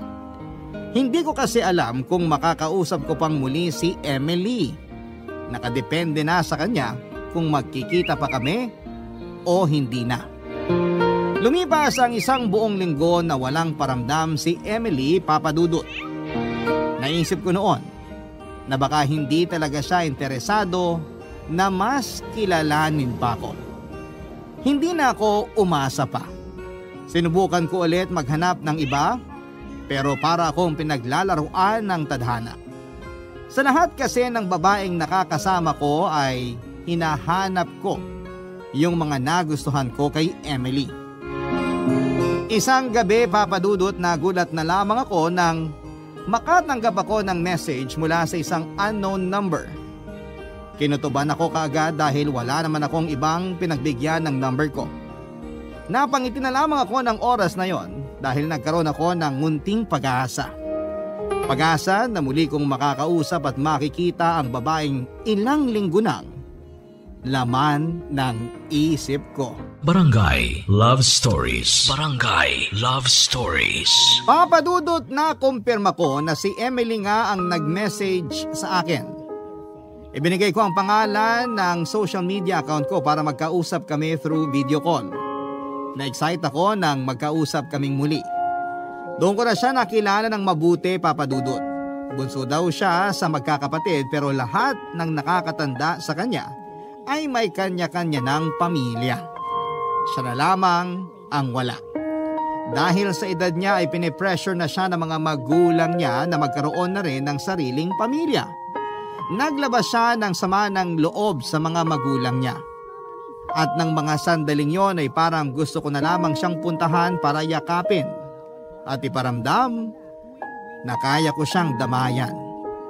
Hindi ko maintindihan kung bakit gano'n na lamang kalambot ang puso ko pagdating sa kanya. Papadudot, tuluyan na ngang nahulog ang loob ko kay Emily. Niligawan ko siya noong sinagot niya ako ay ipinakilala na niya ako sa mga magulang niya. Hindi ko akalain na kaya ko naman palang magpakatino. Hindi ko na in-entertain yung mga babaeng katulad ng mga sinasama ko sa isang gabi na kung saan para maglaro lang. Nakontento na ako sa kanya. Inulan ako ng panunukso mula kay Jairon noong malaman niya na kami na ni Emily at nagbabalak na rin kaming magpakasal. Hindi pa ako handa roon pero noong may nangyari sa amin, hindi pumayag ang mga magulang niya na hindi pa kami magpapakasal. Ayaw kasi nila na mabuntis ang anak nila nang hindi pa man lang ikinakasal sa simbahan. Kaya naman noong first anniversary namin ay ikinasal na kami ni Emily. Pero kung kailan buo na ang loob ko na magkaroon na ng sariling pamilya, ay saka naman dumating ang isang malaking problema.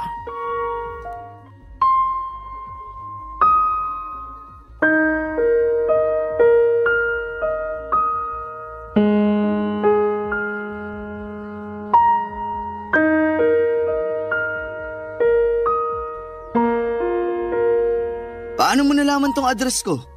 At anong kailangan mo sa akin? May kailangan kang malaman. Jenilyn, pwede ba?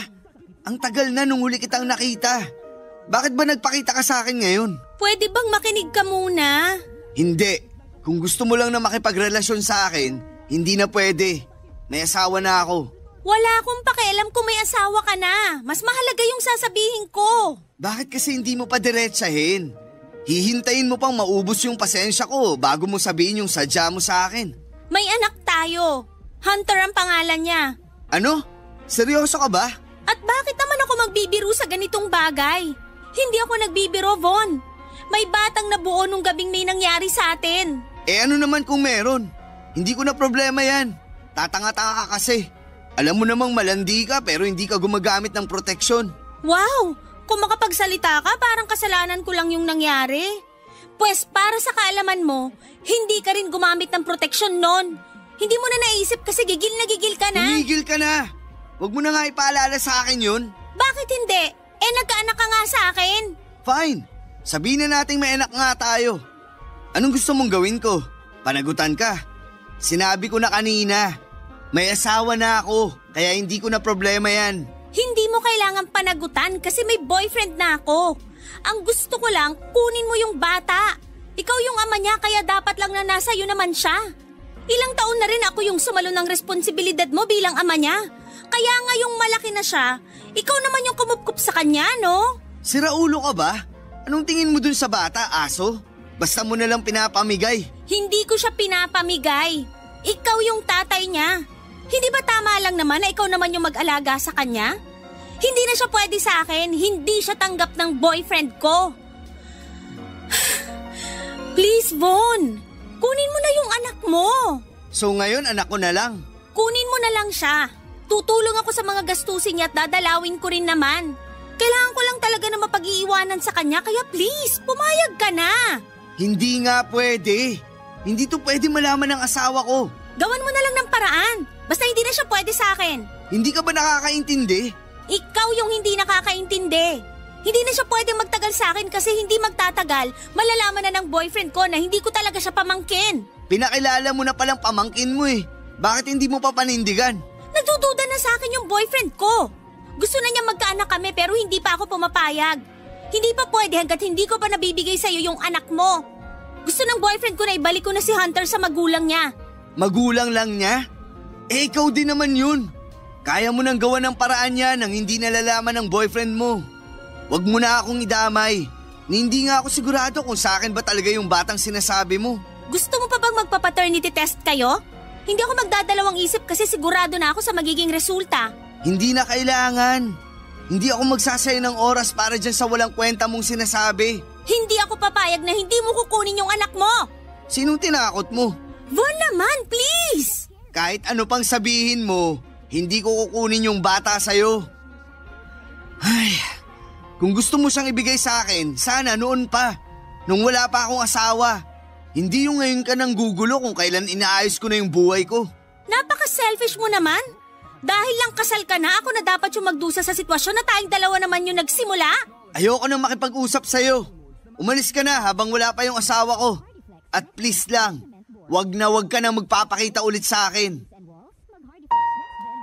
Papadudot bigla akong nanghina noong nalaman ko na nagkaroon pala ako ng anak kay Jenilyn. Kahit na hindi pa naman napapatunayan na ako nga ang ama ng bata ay natakot ako na baka totoo nga ang sinasabi ni Jeneline. Malaking problema yon kapag nagkataon. Kahit gaano kabait si Emily ay ayaw na ayaw niyang niloloko siya. Kahit pa sabihin ko na nauna pa yung nangyari sa amin ni Jeneline, bago naging kami ay mahirap pa rin tanggapin sa part niya na makakasama niya sa isang bahay ang anak ko sa ibang babae. Gulong-gulo na ako noon, Papa Dudut. Idinaan ko na lamang sa inom ang lahat kaya minsan ay nagtatalo na rin kami ni Emily. Alam kong ako naman yung mali pero hindi ko yon matanggap sa sarili ko. Okay na dapat ang lahat, maayos na yung buhay ko, tapos bigla pang sumingit si Jeneline sa eksena. Dumagdag pa sa iniisip ko noon ang kagustuhan ni Emily na magkaroon na kami ng sariling anak. Pinagbigyan ko naman siya at pinaghandaan na rin naming mag-asawa ang future ng magiging anak namin.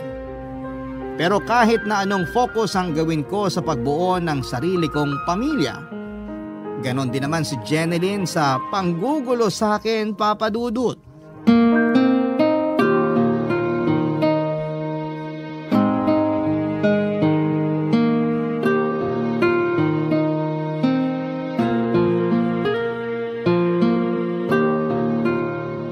Pambihira! Di nga! Nagkala ka talaga doon sa Jeneline na yun? Buisit, wag mo nga akong tawanan. O ngayon, pikon na pikon ka sa akin. Samantalang nung ako'y nakabuntis, pinagkamala mo pa akong baog. Alam mo, kalalaki mong tao ang drama-drama mo. Dinamdam mo talaga yun? Siyempre hindi. Buti naman. Hindi pa ako handang umatendang burol mo, sakaling di mo na kaya yung mga sinasabi ko. Kung biruin din kaya kita na hindi pa ako handang maging ninong sa binyag ng anak mo kay Jeneline. Sira ulo. O hindi na pikon ka. Huwag mo kasi akong simulan. Kasi kayang-kaya na kitang durugin sa asaran ngayon. Pero seryoso pare, ano nang plano mo? Wala. Bakit ko pa poproblemahin yung bata na kay Jeneline na nga? Paano kung sa kakaiwas mo sa kanya si Emily lapitan niya? Tapos ka ron pare. Hindi ko alam kung anong magagawa ko kay Jeneline kapag ginawa niya yun. Hindi niya pwedeng idamay si Emily sa problema namin. Namin? So tinatanggap mo na nga na may anak ka kay Jeneline? Proud father ka na ba? Kung anak ko siya kay Emily, oo. Baka ipagsigawan ko pa sa buong Baguio City na may anak na kaming dalawa. Kaso hindi Ano na lang yung sasabihin ng mga magulang niya kapag nalaman na may anak ako sa dati kong nakalandian? Nakakahiya yun pare. Ay, simba ako ng simba pero ako patong patuloy na nagkakasala. Kung hindi mo naman naging asawa si Emily, malabo kang mapapasok sa loob ng simbahan, no? Kung subukan mo rin kaya, nang di puro kamanyakan yung topic na sinisimulan mo sa group chat natin. Napapagalitan pa ako ng asawa ko pag nababasa niya yung messages niyo Sus! Masyado ka naman nagpapa-under sa asawa mo. Hindi ako under ng asawa ko. Pinapatunayan ko lang sa kanya na nagbago na ako pare. Na hindi na ako kagaya ng dati. Na parang nagpapalit lang ng damit sa dami ng babae. Grabe, ngayon pa lang, ibang-iba ka na pare. Hawaan mo naman ako ng konting katinoan dyan. Kung gustong tumino, simulan mo na ngayon pa lang. Nga pala, kumusta na kayo nung kaibigan mong nabuntis mo? Kinukulit ka ba? Hindi na pare. Sinuporta ako na lang para hindi na ako guluhin. Alam mo naman, ayoko na may aalagaan ako. Sana nga pwede rin yan sa akin. Ang kaso, iba yung gusto ni Jeneline. Gusto niya na sa akin na talaga si Hunter. Siguro ikakasal na rin sila nung boyfriend niya kaya pinamimigay na niya yung bata. Di man lang ba nagduda boyfriend niya? Nagdududa na nga kaya ginugulo niya ako. Pakilala niya raw kasi pamangkin niya lang yun. Ayun, pinapasaoli na sa magulang. Kawawa naman yung bata pare. Di naman sa hinuhusgahan kita, pero hindi ka man lang ba naawa sa anak mo? Hindi pa sigurado kung anak ko nga. Kung ako sa'yo, kesa nag-iisip ka pa na malala dyan, siguraduhin mo na muna. Hindi na, kasi kahit naman mapatunayan na anak ko nga si Hunter, wala pa rin akong planong kunin siya sa nanay niya. Plano na namin magkaanak ni Emily pare. Sakaling makapanganak siya, yun lang ang ituturing kong anak. Pare, payo lang ha. Mas maganda kung ngayon pa lang magsasabi ka na ng totoo kay Emily. Hindi yun ganun kadali pare. Iba magalit yun. Mas lalo lang sa magagalit kung hindi mo pa rin sasabihin. Lalo lang lumalaki yung kasalanan mo habang pinapatagal mo pa. Pag-iisipan ko muna, saka hahanap din ako ng tiyempo.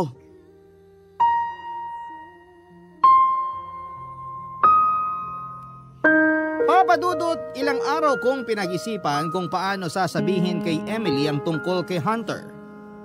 Patuloy pa rin kasi ang pangungulit sa akin ni Jeneline. Yung huling message niya ay ibinigay niya ang address ng bahay na tinutuluyan nila ng anak namin.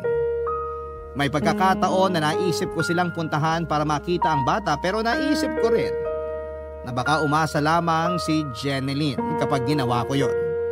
Kaya hanggat hindi pa kami nag-uusap ng asawa ko ay wala muna akong ginawa. Tuwing sinusubukan kong buksan ang usapan tungkol doon ay lagi namang naisisingit ng asawa ko ang tungkol sa pagkakaroon namin ng sariling anak. Excited na siyang magkaroon kami ng sariling anak para daw may sasalubong na sa amin sa pag-uwi mula sa trabaho. Habang tumatagal, ang hindi ko pagsasabi kay Emily ng problema ay mas lalo akong nahihirapan. Papa Dudut, hanggang isang araw ay nagulat na lamang ako nang tumigil na sa pangungulit sa akin si Jeneline. Hindi ko alam kung bakit niya yon ginawa, pero malaking pabor naman sa akin ang pananahimik niya. Para akong nabunutan ng tinik. Lalo akong nakampante noong kahit na ilang buwan nang nakalipas ay hindi pa rin nagpaparamdam si Jeneline. Siguro ay tinanggap na ng boyfriend niya ang sinasabi niyang anak namin.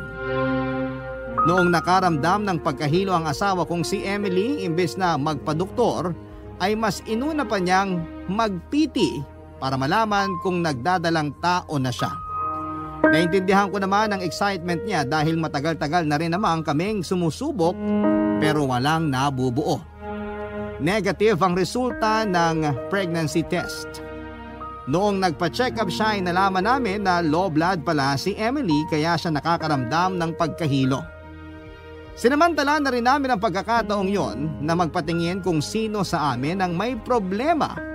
Kaya naman hindi kami makabuo. Sa isip-isip ko ay imposibleng ako yon. Kung totoong anak ko nga si Hunter, Papa Dudut. Barangay Love Stories. Barangay Love Stories. Papa Dudut, matapos naming magpatingin sa doktor, hindi ko alam kung paano pagagaanin ang kalooban ni Emily nang makumpirma namin na siya ang may problema kung bakit hindi kami magkaanak. Halos gabi-gabi siyang umiiyak at sinisisi niya ang sarili niya kahit na wala namang may gusto sa mga nangyari. Sa mga pagkakataong yon ay hindi ko siya iniwanan.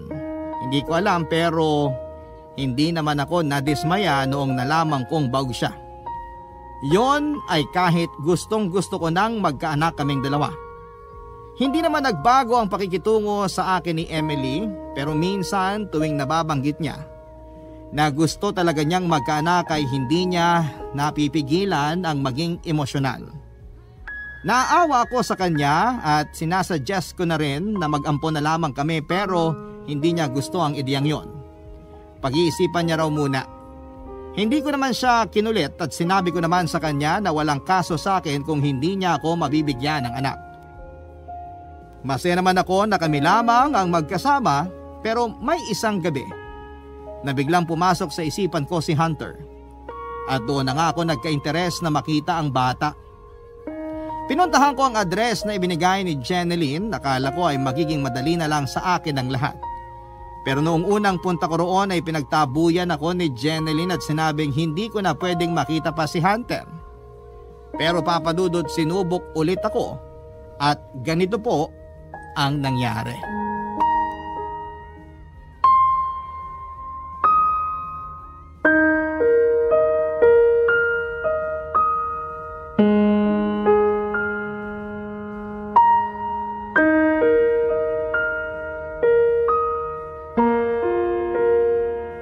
Anong ginagawa mo rito? Gusto ko lang naman makita si Hunter. Huwag mo naman ipagdamot sa akin yung anak ko. So ngayon anak mo na siya. Nakalimutan mo na ba yung sinabi mo nung nagmamakaawa ako sa'yo? Alam ko kung ano yung mga sinabi ko.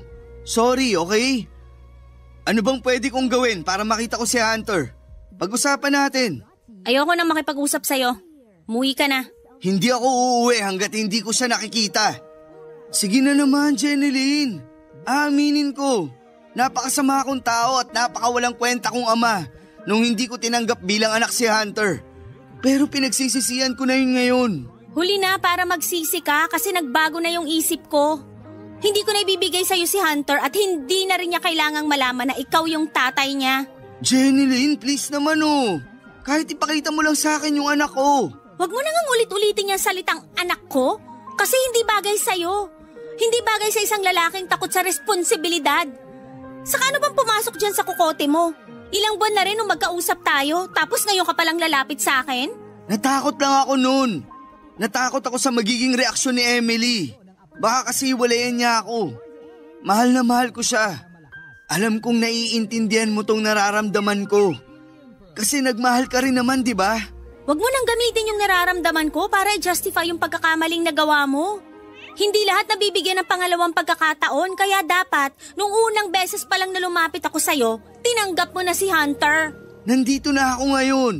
Handa na ako makipag-usap. Handa na akong humingi ng tawad kahit paulit-ulit. Gagawin ko yun.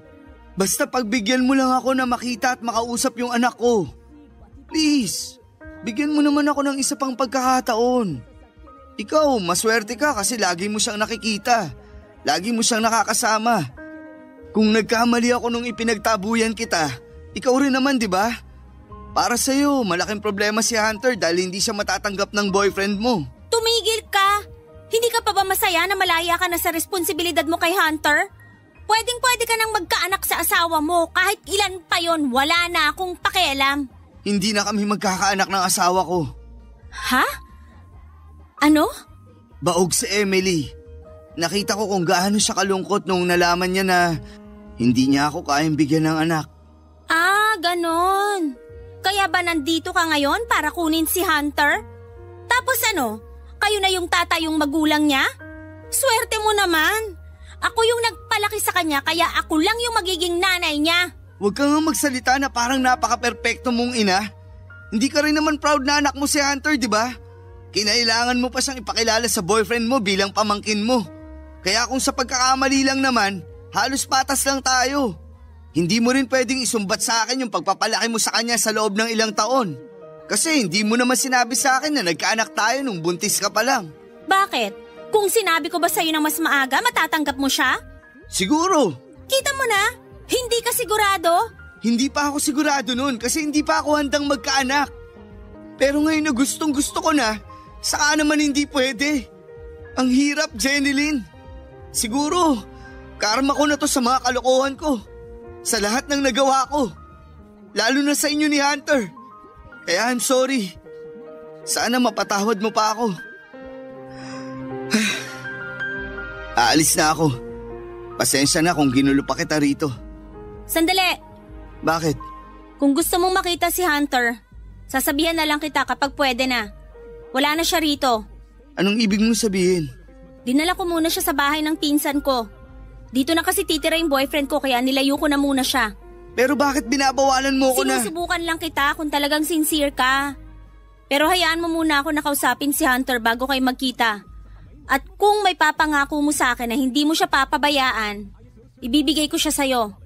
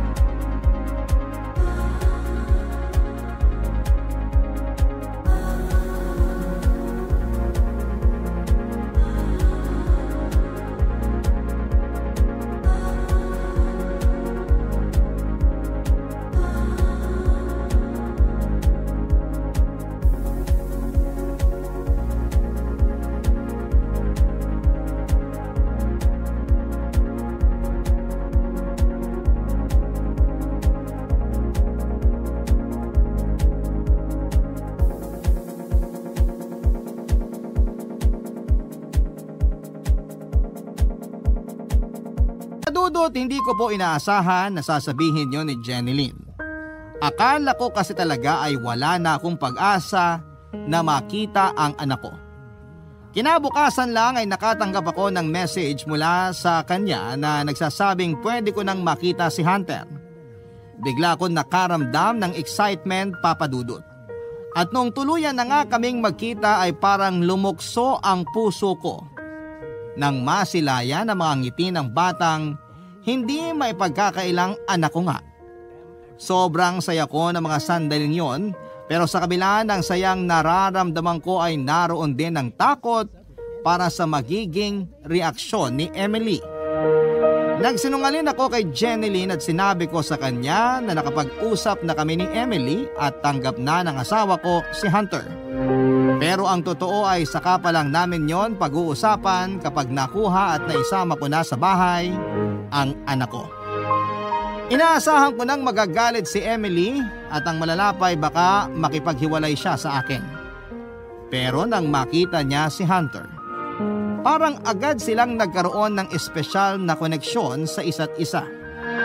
Yon ang hindi ko inaasahan.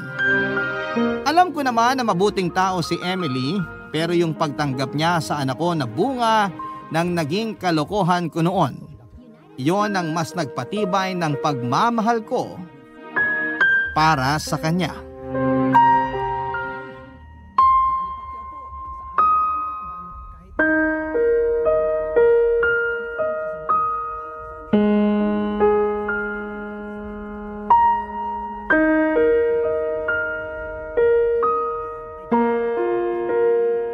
Han, hindi ka ba talaga galit?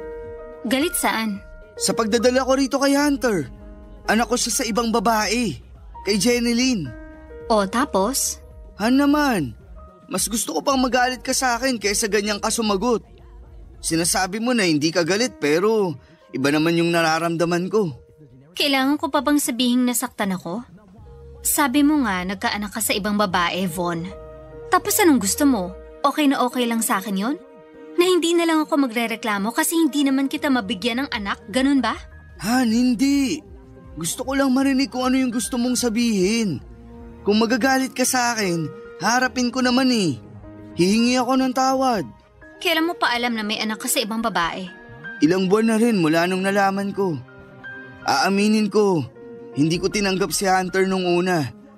Kakakasal lang natin noon at ayaw kong masira yung pagsasama natin ng dahil lang sa naging kalokohan ko noon. Ayoko magalit ka sa akin. At sa tingin mo hindi ako magagalit sa'yo ngayon kasi finally, natauhan ka na at magpapakaama ka na sa anak mo. I'm sorry. Sorry, Han. Hindi ko talaga alam na nagkaanak kami ni Jenilyn. Hindi naman siya nagparamdam after nung may nangyari sa amin. Taon na yung lumipas bago niya sinabi na may anak kami. At kasal na tayo. Nakakatawa, no? Ang galing lang nung timing. Nalaman mo na hindi kita kayang bigyan ng anak. Tapos dumating sa buhay mo si Hunter. Napaka-perfect ng sitwasyon para sa iyo. But not for me, kasi nasasaktan ako. Hindi dahil may anak ka sa Jenilyn na yun, kundi dahil yung kaisa-isang silbi ko bilang asawa. Wala rin naman pala. Failure na nga ako sa parents ko. Failure pa rin ako pagdating sa relasyon natin. Wala akong kwenta. Han, ano ka ba? Huwag kang mag-isip ng ganyan. Hindi ka failure. Blessing ka sa buhay ko. Sapat ka na sa akin. Bonus na nga lang na dumating pa sa atin si Hunter eh. Pamilya na tayo kaya wag mo nang isipin na wala kang silbi. Kasi sa totoo lang, sobrang lungkot ng buhay ko kung wala ka. Baka hanggang ngayon, magulo pa rin yung buhay ko kung hindi ikaw yung naging asawa ko. Ikaw pa rin naman yung umahis sa buhay mo. Desisyon mo pa rin yun. Pero malaki yung naging parte mo. Sorry, Han. Hindi ko lang talaga maiwasan maging emosyonal. Kasi alam mo naman na gustong-gusto ko talaga maging mommy, di ba? Yung sa akin mismo galing. Pero wala eh. Hindi na mangyayari yon kaya dapat tanggapin ko na lang na nakatadhana ako maging ina ng ibang bata. Paayaw-ayaw pa ako mag-ampon tayo. Pero ang totoo, Yun lang naman yung option na meron tayo eh. Kaya salamat kay Hunter. Kasi dumating siya sa buhay natin. Hindi man siya nanggaling sa akin pero dugot laman mo naman siya kaya masaya na rin ako. Ay, salamat Han. Hindi mo alam kung paano mo napagaan tong nararamdaman ko ngayon. Nakahinga ako ng maluwag. Akala ko magagalit ka sa akin ng sobra tapos papalayasin mo ko. Teka nga, yun ba yung gusto mong mangyari? Pwede ko namang gawin yun. Han, kahit palayasin mo ko, babalik at babalik pa rin ako rito. Wala akong ibang pupuntahan kundi ikaw lang. Saka kahit na anong mangyari, sa'yo lang ako uuwi. Papa Dudut, tinanggap ni Emily si Hunter at itinuring na parang tunay niyang anak. Masaya kami na dumating siya sa buhay namin. Hindi man kami pinalad na magkaroon ng sarili naming anak. May isang makulit at malambing na bata naman na sumasalubong tuwing umuuwi kami. Noong nabalitaan ko na ikakasal na si Jeneline ay tinanong ko siya kung may balak pa siyang kunin si Hunter pero buo na raw ang desisyon niya. May balak na kasi siyang sumama sa boyfriend niya sa Australia at doon na siya titira. Iiwan na niya sa amin si Hunter at mas gusto niya na kami na ang maging magulang ng anak namin.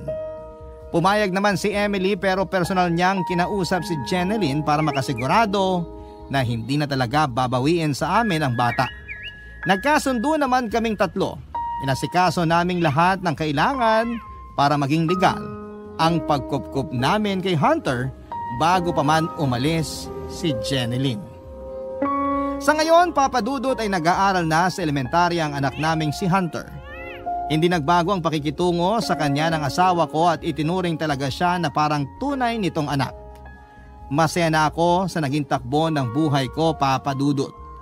Mula sa pagiging playboy, ngayon ay isa na akong responsableng ama.